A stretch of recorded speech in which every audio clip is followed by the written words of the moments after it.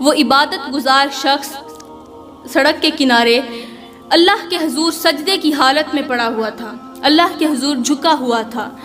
یہ غریب شخص، پریشانیوں کا مارا شخص اس کے قریب جا کر بیٹھ گیا۔ یہ غربت کا مارا بیچارہ بڑا ہی پریشان حال تھا، اسے خود سمجھ نہیں آ رہی تھی میں کیا کروں۔ چپ کر کے اس کے قریب بیٹھ گیا۔ جب اللہ والے نے اپنی نماز مکمل کی تو اس کے چہرے کی طرف دیکھا، اس کے چہرے پر پریشانیوں کے آثار نمودار تھے۔ اس کا چہرہ صاف صاف بتا رہا تھا کہ اسے غربت اور پریشانیوں نے اندر ہی اندر سے مار ڈالا ہے، ختم کر ڈالا ہے۔ اللہ والے نے پوچھا، اے بندہ خدا، مجھے اتنا بتا دے کہ آخر تجھے کس چیز نے اس قدر پریشان کر دیا ہے۔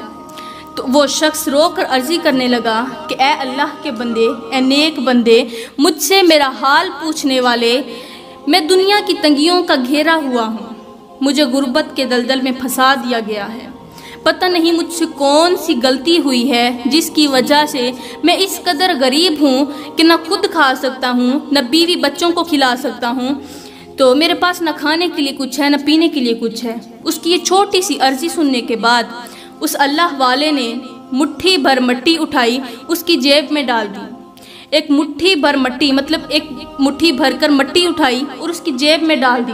کہا اب چلے جاؤ اپنے گھر، یہاں سے اٹھو اور اپنے گھر کی طرف چلو، اور ہاں خیال کرنا پورا رستہ جیب میں ہاتھ نہیں ڈالنا۔ اس نے کہا ٹھیک ہے۔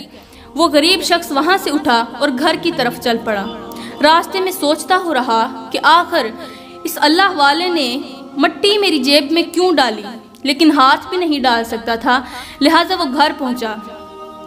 اب بیوی بچے، جو کہ بیوی شوہر کے اور بچے اپنے باپ کے انتظار میں تھے کہ آج ہمارا باپ کچھ نہ کچھ ضرور لے کر آئے گا اور ہم بھوکے پیٹ نہیں سوئیں گے، لیکن جیسے ہی باپ کا پریشان حال چہرہ دیکھا تو سب نے اندازہ لگا لیا، وہ سمجھ گئے کہ آج کی رات بھی ہمیں بھوکے ہی سونا پڑے گا، لہٰذا انہوں نے صبر کیا، چپ کر کر بیٹھ گئے۔ اب جو وہ غریب شخص تھا اس نے سوچا کہ کیوں نہ مٹی والی جیب تو صاف کر لوں، جیب تو خالی کر لوں۔ جیسے ہی اس نے ہاتھ ڈالا، جیب کے اندر ہاتھ ڈالا، تو جیب کے اندر مٹی کی جگہ ہیرے جواہرات تھے۔ جو اس نے مٹی ڈالی تھی اللہ والے نے، وہ ہیرے جواہرات کی شکل اختیار کر چکی تھی۔ اس نے باہر نکالے تو دیکھ کر حیران ہو گیا کہ یہ کیا، یہاں تو مٹی تھی۔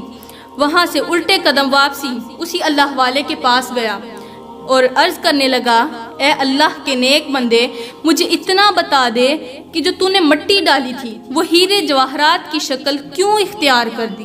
وہ ہیرے کیسے بن گئے؟ وہ سونا کیسے بن گیا؟ وہ جواہرات کیسے بن گئے؟ تو اس اللہ والے نے کہا، اے بندہ خدا، تو بھی خدا کا ہی بندہ ہے، لیکن یاد رکھنا جو خالص نیت اور خلوص دل کے ساتھ اللہ کا بن جاتا ہے، پھر اللہ تعالیٰ دنیا کی تمام خوشیاں، دنیا کی تمام نعمتیں اور برکتیں اس کے قدموں میں ڈال دیتا ہے۔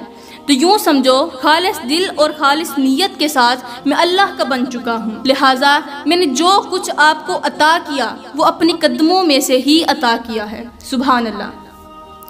تو میری پیاری اسلامی بہنوں، اب بات کرتے ہیں کہ آخر وہ کون سے گناہ ہیں جو گھر کو تباہ کر دیتے ہیں، گھر کو برباد کر دیتے ہیں، گھر کو غربت کا شکار بنا دیتے ہیں۔ تو حضرت امام جعفر صادق رضی اللہ تعالی عنہ نے فرمایا، اے عورتوں، یہ 5 گناہ کبھی نہ کرنا۔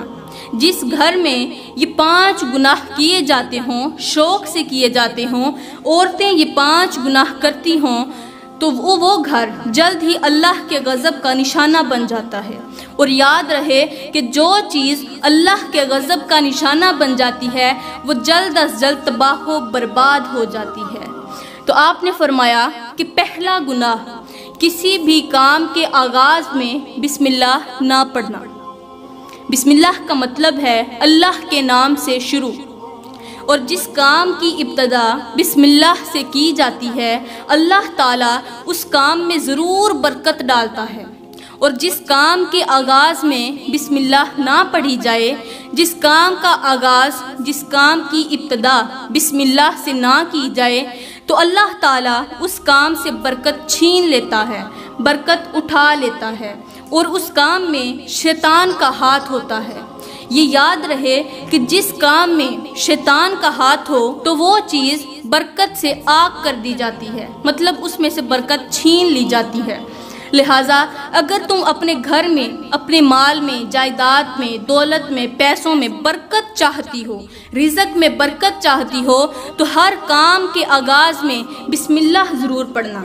اس کے بعد آپ نے فرمایا کہ عورتوں کا دوسرا گناہ کون سا ہے؟ رات کو دیر تک جاگتی رہنا اور صبح کو دیر سے اٹھنا، مطلب 12-1 بجے تک جاگتی رہنا۔ جو عورتیں رات کو دیر تک جاگتی رہتی ہیں، فلمیں ڈرامے دیکھتی ہیں، فحاشی والا مواد دیکھتی ہیں، مطلب رات کو لیٹ سوتی ہیں، وہ صبح دیر سے ہی اٹھتی ہیں۔ جو عورتیں دیر سے اٹھتی ہیں ان کے گھر میں کبھی بھی برکت نہیں آ سکتی، وہ آنے والے رزق کو ٹھکرا دیتی ہیں۔ وہ کیسے؟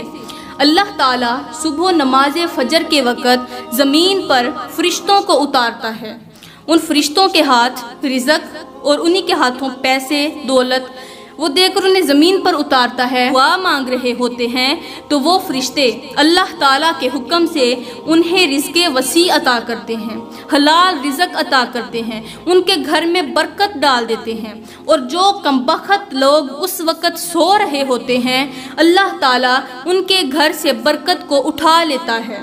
رحمت کے فرشتے کبھی بھی ان کے گھر میں نہیں جاتے، جس کی وجہ سے وہ گھر جلد ہی غربت کا شکار ہو جاتا ہے، جلد ہی غریب ہو جاتا ہے، وہ گھر جلد ہی تباہ و برباد ہو جاتا ہے۔ اس کے بعد حضرت امام جعفر صادق رضی اللہ تعالی عنہ نے فرمایا کہ تیسرا گناہ، عورتوں کا تیسرا گناہ شرک کرنا۔ یاد رہے، جو عورتیں اللہ تعالیٰ کا در چھوڑ کر، اللہ کا دروازہ چھوڑ کر کسی غیر سے بھیک مانگتی ہیں، اللہ کا در چھوڑ کر کسی دوسرے سے بھیک مانگتی ہیں، ان سے پیسہ مانگتی ہیں، ان سے برکتیں اور نعمتیں مانگتی ہیں، تو اللہ تعالیٰ ہمیشہ کے لیے ان عورتوں سے ناراض ہو جاتا ہے۔ اللہ تعالیٰ کا سب سے زیادہ ناپسندیدہ عمل اور سب سے زیادہ ناپسندیدہ شخص وہ ہے جو اللہ کا دروازہ چھوڑ کر کسی غیر کے دروازے سے مانگتا ہے، اللہ کی ذات کے ساتھ کسی غیر کو شریک ٹھہراتا ہے، کہتا ہے یہی میرا خدا ہے، یہی میرا عبادت کے لائق بندہ ہے۔ تو جو کسی اللہ کے سوا کسی دوسرے کو عبادت کے لائق سمجھتا ہے، دوسرے سے بھیک مانگتا ہے، اللہ تعالیٰ ان کے گھروں سے برکت چھین لیتا ہے، کیونکہ رزق صرف اللہ کے ہاتھ میں ہے اور وہی ذات پوری دنیا کو پالنے والی ہے۔ اللہ تعالیٰ پوری دنیا کا پالن ہار ہے۔ تو جو لوگ اللہ کے ساتھ شرک کرتے ہیں، شرک ایک بہت بڑا گناہ ہے۔ میرا اللہ فرماتا ہے زمین سے لے کر آسمان تک گناہ کرو میں تمہیں معاف کر دوں گا۔ آسمان پر جتنے ستارے ہیں ان کے برابر گناہ کرو میں رب تمہیں معاف کر دوں گا، لیکن 2 باتوں پر کبھی بھی کمپرومائز نہیں کروں گا۔ وہ 2 باتیں کون سی ہیں؟ وہ 2 گناہ کون سے ہیں؟ اللہ فرماتا ہے کہ میں 2 گناہوں پر کبھی بھی تم سے صلح نہیں کروں گا، تمہیں معاف نہیں کروں گا۔ پہلا گناہ والدین کی نافرمانی اور دوسرا شرک کرنا، اپنی یہ 3 انچ کی پیشانی کسی غیر کے آگے جھکانا۔ اللہ فرماتا ہے یہ 2 گناہ کبھی نہ کرنا، میں رب تمہیں کبھی بھی معاف نہیں کروں گا اگر ان کے مرتکب ہو گئے۔ تو حضرت امام جعفر صادق نے فرمایا کہ کبھی بھی اللہ کی ذات کے ساتھ شرک نہ کرنا، کسی دوسرے کو شریک نہ ٹھہرانا۔ نمبر 4، جو عورتیں اللہ کی عطا کردہ نعمتوں کی ناشکری کرتی ہیں، ناشکری کرنا، جو اللہ کی عطا کی ہوئی نعمتوں کی، اس کی رحمتوں اور برکتوں کی ناشکری کرتی ہیں، اللہ تعالیٰ جلد انہیں غریب کر دیتا ہے۔ جو عورتیں امیر ہونے کے باوجود بھی ہر وقت غریبی کا رونا روتی رہتی ہیں، کہتی ہیں ہمارے پاس کچھ نہیں، ہم غریب ہیں، ہمارے پاس کھانے کے لیے کچھ نہیں، پینے کے لیے کچھ نہیں، حالانکہ اللہ تعالیٰ نے انہیں بہت ساری نعمتوں سے مالا مال کر رکھا ہے، اس کے باوجود بھی جو عورتیں اللہ کی ناشکری کرتی ہیں تو اللہ تعالیٰ ان سے ہمیشہ کے لیے ناراض ہو جاتا ہے۔ اور جو عورتیں مصیبتوں پر، پریشانیوں پر، تکلیفوں پر اور غربت پر صبر کرتی ہیں، اللہ کی شکر گزاری کرتی ہیں، شکر الحمدللہ پڑھتی ہیں، تو اللہ تعالیٰ انہیں غیب سے رزق عطا کرتا ہے۔ اللہ انہیں وہاں سے رزق عطا کرتا ہے جہاں ان کا کوئی وہم و گمان بھی نہیں ہوتا۔ تو اس کے بعد حضرت امام جعفر صادق نے فرمایا عورتوں کا 5واں گناہ، آخری گناہ وہ ہے مال کے ہونے کے باوجود بھی، دولت کے ہونے کے باوجود بھی صدقہ و خیرات نہ کرنا۔ یاد رہے اللہ فرماتا ہے کہ جو میری راہ میں رزق دینا بند کر دیتا ہے، اپنی مال والی مٹھی بند کر دیتا ہے، تو میں بھی اس کے لیے رزق کے دروازے ہمیشہ کے لیے بند کر دیتا ہوں۔ لہٰذا غریبوں کی مدد کریں، غریبوں کی مدد کرنے والا شخص کبھی بھی غریب نہیں ہوتا۔ میں دعا کرتی ہوں کہ اللہ تعالی ہمیں ان 5 گناہوں سے بچنے کی توفیق عطا فرمائے، اللہ تعالی ہمیں صراط مستقیم پر چلنے کی توفیق عطا فرمائے، اللہ تعالی ہمیں اچھی نصیحتوں پر عمل کرنے کی توفیق عطا فرمائے۔ آمین ثم آمین، وما علینا الا البلاغ المبین۔